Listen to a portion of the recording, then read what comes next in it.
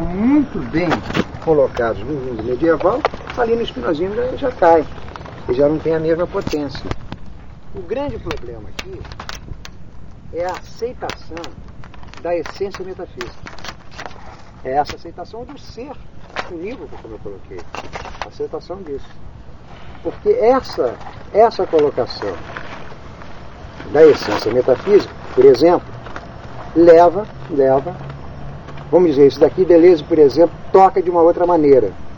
Mas leva, por exemplo, um filósofo da linguagem, preste atenção, um filósofo da linguagem, ele vai se deparar com essas três essências, né? Física, lógica e metafísica. Vai se deparar com essas três essências. Olha o que ele vai fazer. Preste atenção. Não é que eles tenham claro isso, não. Nós é que vamos ter isso claro. Eles vão trabalhar com a essência física. Não é? Vão trabalhar com a essência física. O filósofo da linguagem que eu falei? O filósofo da linguagem que vai trabalhar com a essência física, ele sabe perfeitamente que a linguagem tem que ter palavras para dizer das essências físicas. Tem que ter. Não é necessário que tenha. Então eles vão chamar essas palavras que lidam com a essência física, eles chamam de designantes. São os designantes da proposição. Todas as palavras que lidam com a essência física são os designantes da proposição. Mas quando eles falam isso, eles têm que falar outra coisa. Porque esses designantes da proposição estão falando de essências físicas.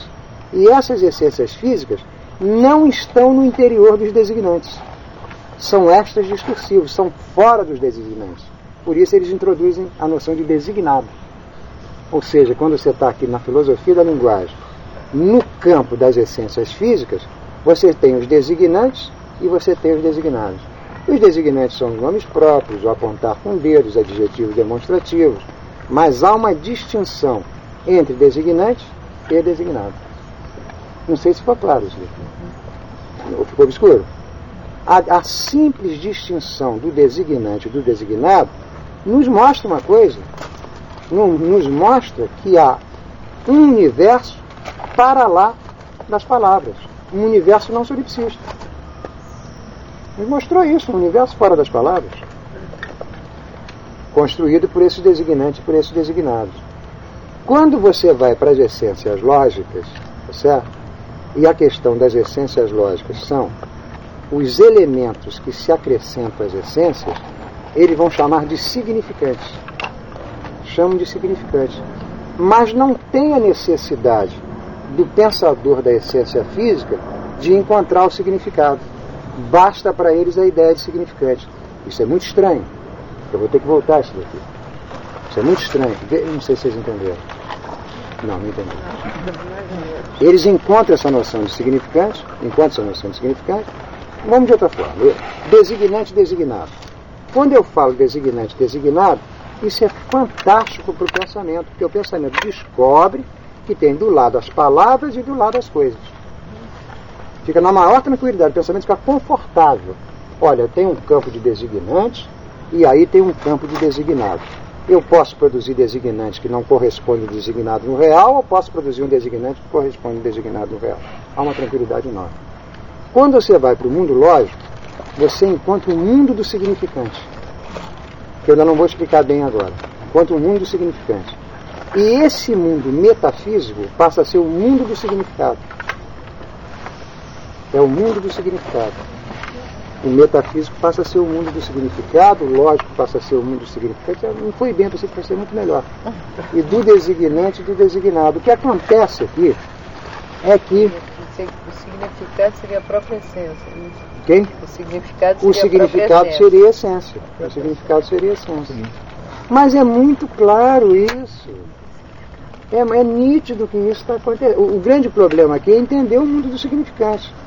Porque o mundo do significante não traria com ele a preocupação do significado. A questão do significante seria cálculos lógicos, organizações sintáticas, para dar construção. Por exemplo, vamos ver isso aqui. Todo homem é mortal. Vamos fazer uma análise daqui. Todo homem é mortal. Eu usei palavras, né? Usei palavras, homem imortal, e juntei uma palavra com outra. Quando eu fiz isso, eu utilizei significante do discurso, homem todo é imortal, são significantes do discurso, mas todos vocês, quando ouviram eu falar isso, retiraram algum significado. Ninguém pensou em rato, todo mundo pensou em homem. Ninguém pensou em imortal, todo mundo pensou em imortal. Logo, é um conjunto de significantes com significados, nitidamente. Certo? Mas eu posso agora fazer uma substituição incrível e introduzir uma sintaxe algébrica e dizer todo A é B. E quando eu digo todo A é B, dificilmente vocês vão procurar o significado da letra. Não, não é isso. Aquela letra tem valor algébrico, ou seja, ela não tem significado, ela só tem função significante. Todo A é B, B é C, logo todo A é C. Sem significado, nós chegamos a uma conclusão de pensamento. Ou seja, isso é que eu estou chamando de significante. Entenderam? É apenas um conjunto de signos que nos leva à conclusão sem a necessidade da interiorização de um significado. Acho que foi bem claro. Aqui aparece um conjunto de signos que são isso que eu estou chamando de significantes, onde você não tem a necessidade nenhuma do significado. E de outro lado, quando você fala no designante, você tem a necessidade do designado. Por isso eu levo esse objeto metafísico para o campo do significado. Eu torno o campo do significado. Mas ao torná-lo campo do significado, um problema terrível aparece. Isso é mental ou real? Não é isso? Se nós perguntássemos ao Saussure, o que ele diria? Mental. Mental. Claro. É mental, porque isso é o conceito. É mental. É mental. A grande questão que vai aparecer aqui é que isso vai ser metade real e metade pensamento. É começando a surgir com um objeto. Nós estamos começando a lidar, a atravessar com um objeto que não é um objeto físico. Ele não é objeto físico e ele não é objeto lógico. Não sei se está bem. Não é objeto físico, não é objeto lógico. E o que eu disse para vocês é que eu retiraria desse objeto todos aqueles componentes do intelecto que estão nesse objeto enquanto lógico. Quando eu começo a fazer isso, evidentemente eu estou começando a encontrar com um objeto paradoxal. Um objeto paradoxal, não sei se ficou claro. Um objeto paradoxal começa a emergir. Vocês estão entendendo? Acho que não é? Um objeto paradoxal começa a aparecer. Eu vou fazer uma pausa e ver uma pergunta para ver se foi tudo bem. Eu acho que foi. Cláudio, da matemática. Lá na loja. Lá na loja. Quando se aplica na física, ela tem uma obrigação de ter uma composição. Aí já não é mais matemática pura, é matemática aplicada. Aí cai nesse campo. Não, aí ela não cai nesse campo. Então ela se aplica ao mundo físico. Ela se aplica ao mundo físico. Você pode fazer operações só na matemática? Pode. Mas que ela tem uma relação com o que está acontecendo no real. Então, Só do fenômeno real, trabalhando só na aplicando a matemática ao mundo físico. Você aplica a matemática ao mundo físico. A matemática é o que? É física matemática. Agora, a matemática pura seria exatamente a lei. Lógico. Quando você fala de designante, você pode dizer que a relação sanitária que você tem na primeira. Vamos fazer assim por enquanto. Vamos dizer que o significante nesse momento é um cálculo sintático. Não é um cálculo sintático que está muito mais fácil para a gente entender. O problema do significante é o outro significante. Uma distinção entre semântica e sintática, para ficar claro. Agora surge esse terceiro objeto, se ele for mantido na história do pensamento, ele não pode reproduzir nem o significante, nem o designante. Ele não pode reproduzir isso. Não é isso? Eu gostaria até de pergunta assim, para ver. Está bem assim, gente? Tá, Marco. Está bem claro? Para mim ficou uma... Pode ser. Fala.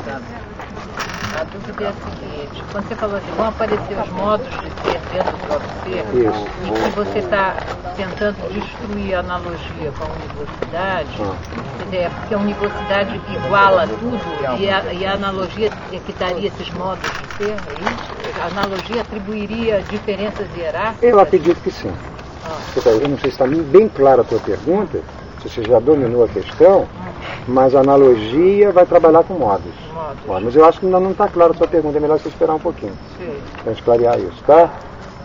A gente ter isso bem claro, porque isso é muito difícil. O que eu estou fazendo aqui, eu vou só dar essa resposta para vocês. Para você. Por exemplo, numa das aulas que eu dei para vocês, eu fiz uma distinção bergsoniana entre matéria e espírito, ou entre círculo da matéria e círculo do tempo. Joguei no círculo da matéria as sensações e os movimentos. Logo dei às sensações e os movimentos um plano extensivo. Eu não posso dar nenhum plano extensivo, acho que foi difícil, né? Ao tempo, acho que foi difícil. Não posso dar nenhum plano extensivo ao tempo. Esses modos do ser, eles não são extensivos. Então é muito difícil. Não, é muito difícil por enquanto falar nisso. Muito difícil.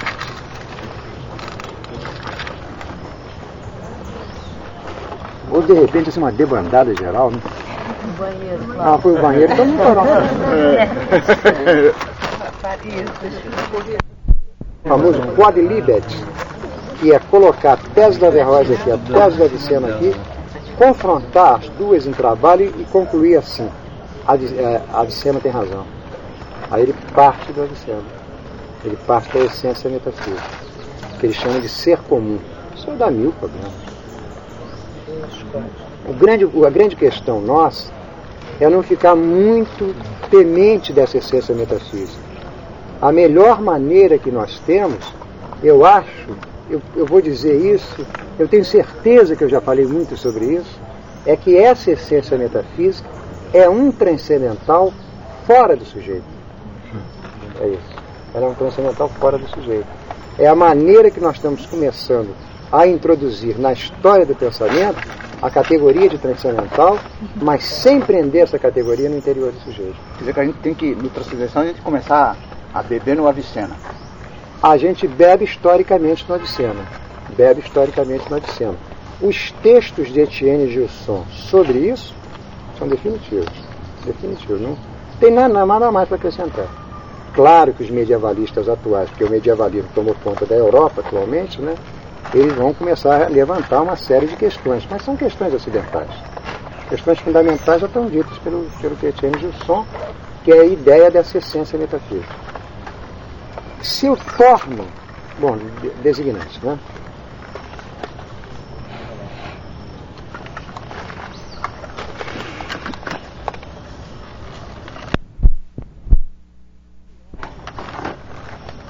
O filósofo, ele é apropriado dessas duas potências que ele tem, experiência do mundo físico e construção do mundo lógico, que é uma coisa fantástica, né? Você tem a experiência do mundo físico e tem o poder de construir logicamente e subsumir esse mundo físico nas construções lógicas, você produz um conhecimento muito poderoso, sem dúvida nenhuma. Esse conhecimento, como eu disse para vocês, ele tem como ponto de partida o mundo físico. Ou seja, toda a construção lógica vem do mundo físico, da sensibilidade à lógica. Isso nos impede de, pela razão que trabalha com a essência lógica, conhecer diretamente tudo aquilo que for indivíduo, mas não for físico. Nos impede. Não é possível conhecer nenhum indivíduo que não seja físico. Ou seja, Deus e os anjos. Nós não podemos conhecê-los. Nós só poderemos conhecer Deus e os anjos, né? Deus e as inteligências separadas como tais, através do mundo lógico. Então esse daí seria um conhecimento analógico. Não seria um conhecimento imediato, porque foi nitidamente construído aqui que o conhecimento do intelecto é um conhecimento imediato, mediatizado pela experiência no mundo físico. Você não teria como conhecer. Os medievais, eles levantando a partir do século XIII, eles levantam o problema do conhecimento do indivíduo, atenção, o conhecimento do indivíduo, porque ficou nitidamente aqui colocado que o indivíduo é aquilo que eu tenho o poder de designar pelas palavras e encontrar o designado. É isso que eu tenho esse poder. Mas o meu conhecimento do indivíduo é um conhecimento intelectual mediatizado pela experiência, e o intelecto só constrói conceitos universais, conceitos gerais. Então o medieval começa a levantar um problema incrível. É possível o conhecimento intelectual conhecer diretamente o indivíduo? Conhecer diretamente, ou seja, é possível fazer ciência do indivíduo? O medieval começa a levantar essa questão. Fazer ciência do indivíduo, ou seja, não ser mediatizado pelo intelecto.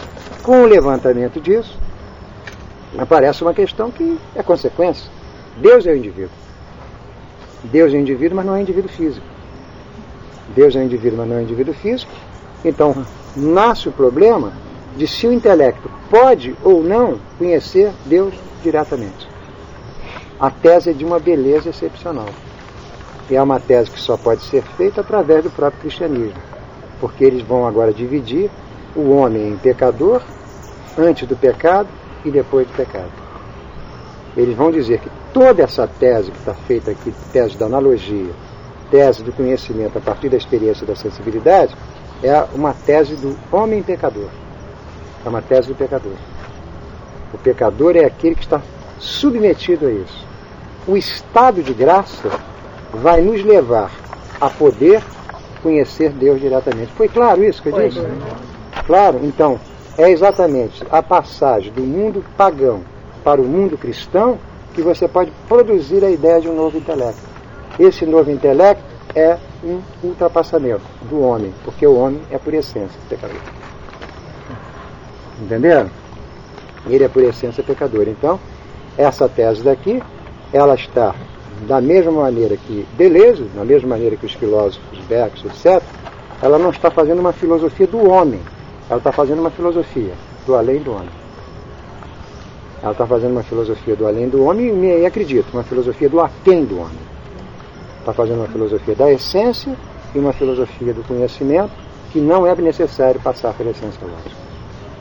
Aqui vocês teriam no primeiro capítulo do Duns Scott, do Etienne Jusson, essa obra-prima que é a passagem que ele faz do nascimento de um intelecto intuitivo. Ou seja, o intelecto que era até então governado pelas leis da abstração no mundo sensível, né? E o intelecto vai começar a se tornar intuitivo e conhecer diretamente as singularidades. Foi bem? Agora também, só deixar só essa conclusão, Ricardo. Agora só uma questão. Preste atenção, por nomenclatura, hein? Por nomenclatura. A essência física é o indivíduo. A essência lógica é o universal. Nós temos que dar um nome para essa essência metafísica. São as singularidades. Não fica difícil.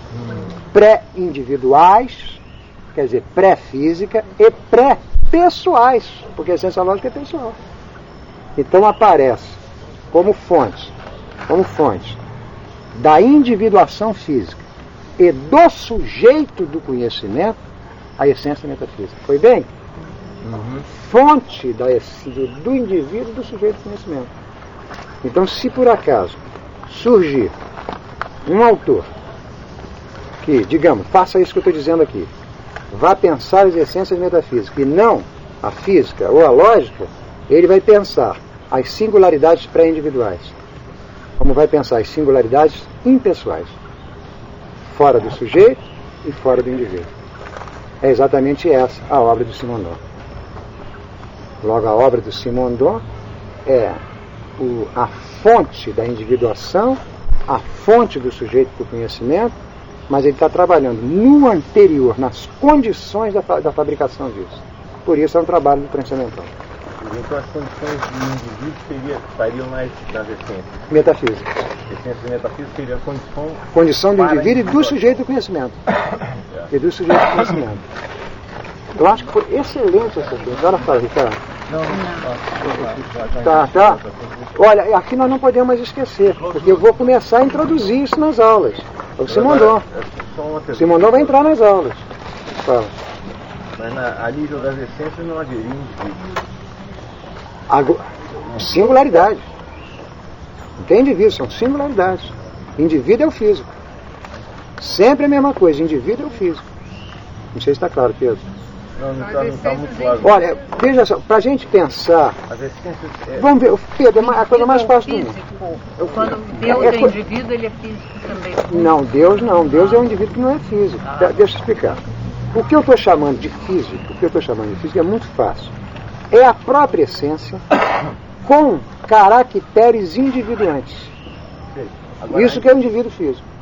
Agora, a nível as essências, elas seriam singulares, elas teriam intensidades diferentes, é isso? As essências?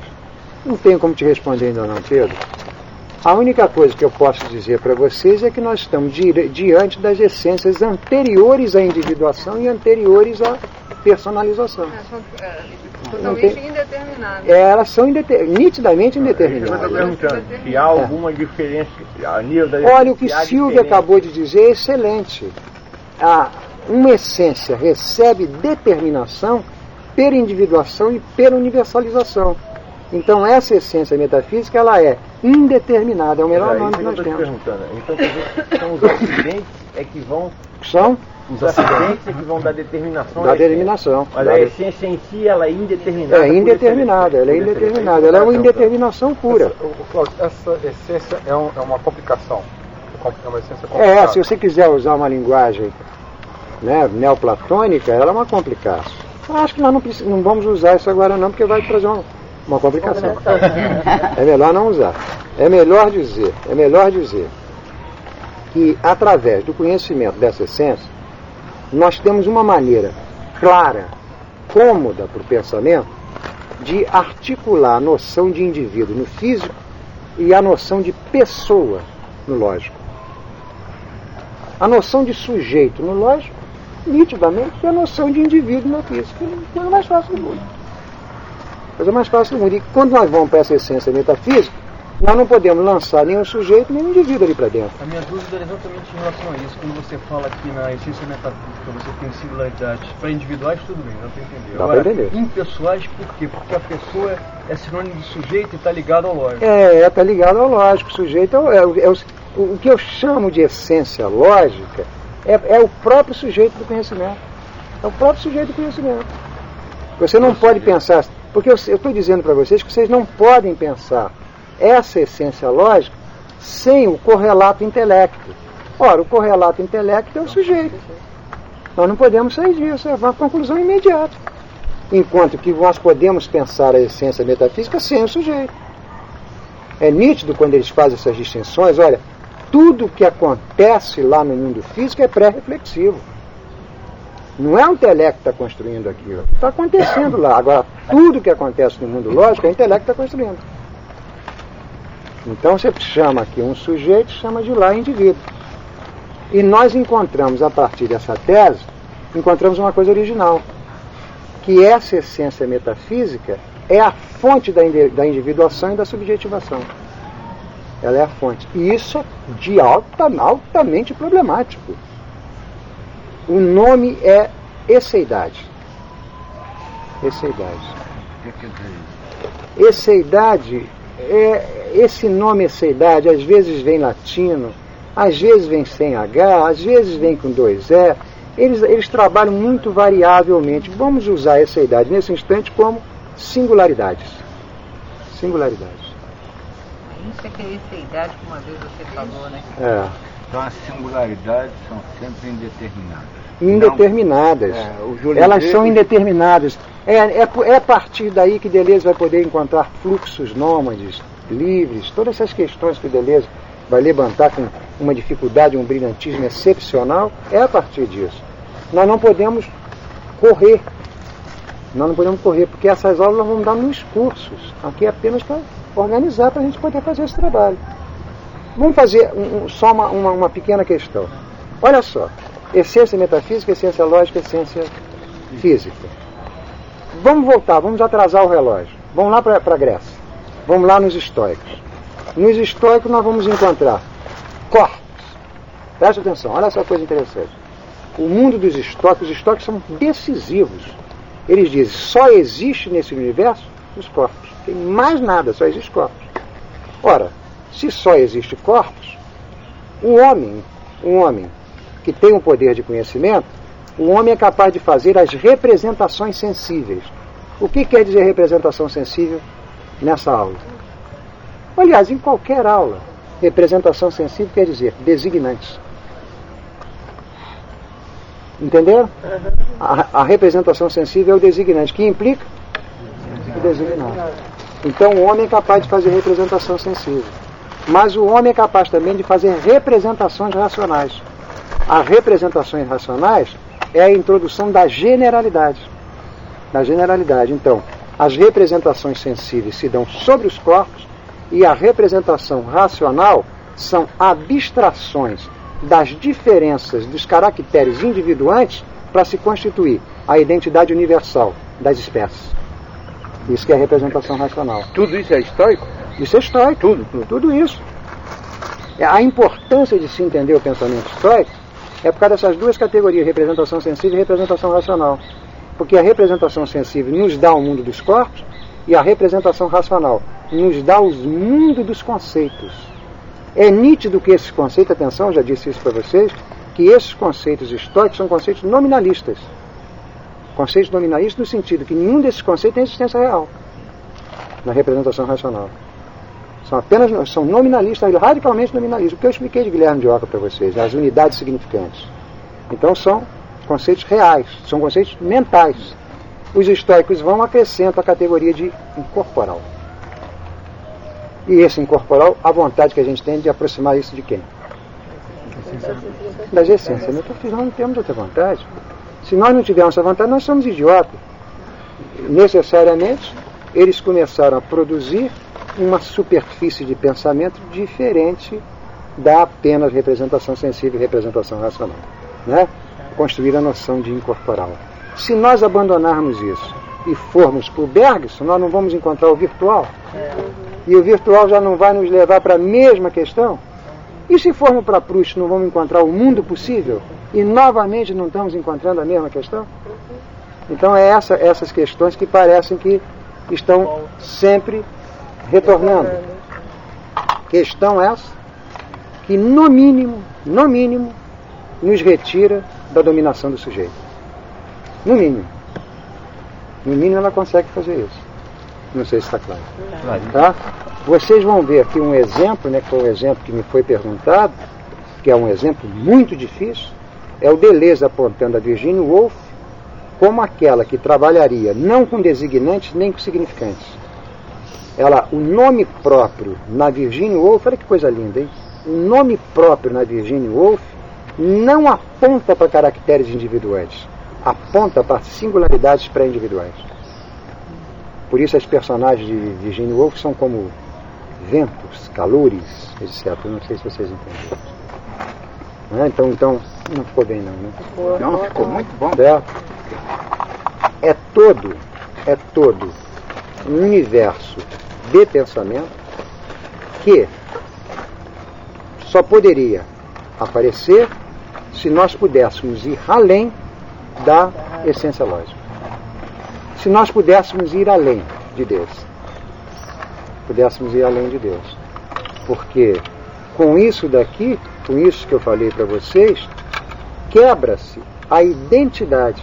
Porque a identidade é dada pela essência lógica. Você começa a encontrar alguma coisa fora da identidade. Podemos chamar isso daí de caos. E ao chamar isso de caos, dizer que aqueles que ficam nas essências lógicas, eles são os seres do bom senso. Né? Ficar nas essências lógicas é se proteger desse caos. É exatamente a opinião. Aqui fica um pouco difícil, né? porque começa a aparecer a categoria da opinião doxa, que nós já estamos trabalhando. A opinião doxa, que é sempre a questão da filosofia, é romper com a opinião doxa para alcançar a episteme, mas por isso tudo que eu estou dizendo é que ninguém saiu de opinião doxa. Não houve saída de opinião doxa. Sair de opinião doxa é fazer o mergulho, a aventura suprema, cair no caos. Agora eu vou descansar 2 minutinhos, eu mereço, né? Quase impossível para mim chegar ao final dela, pela dificuldade imensa que ela traz.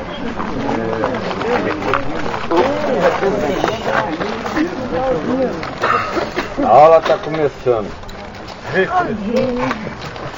O que me parece que fica muito nítido nessas posições que eu levantei é que as faculdades do sujeito humano, por exemplo, a percepção, que é fundadora do designante, no Husserl isso é de uma clareza imensa.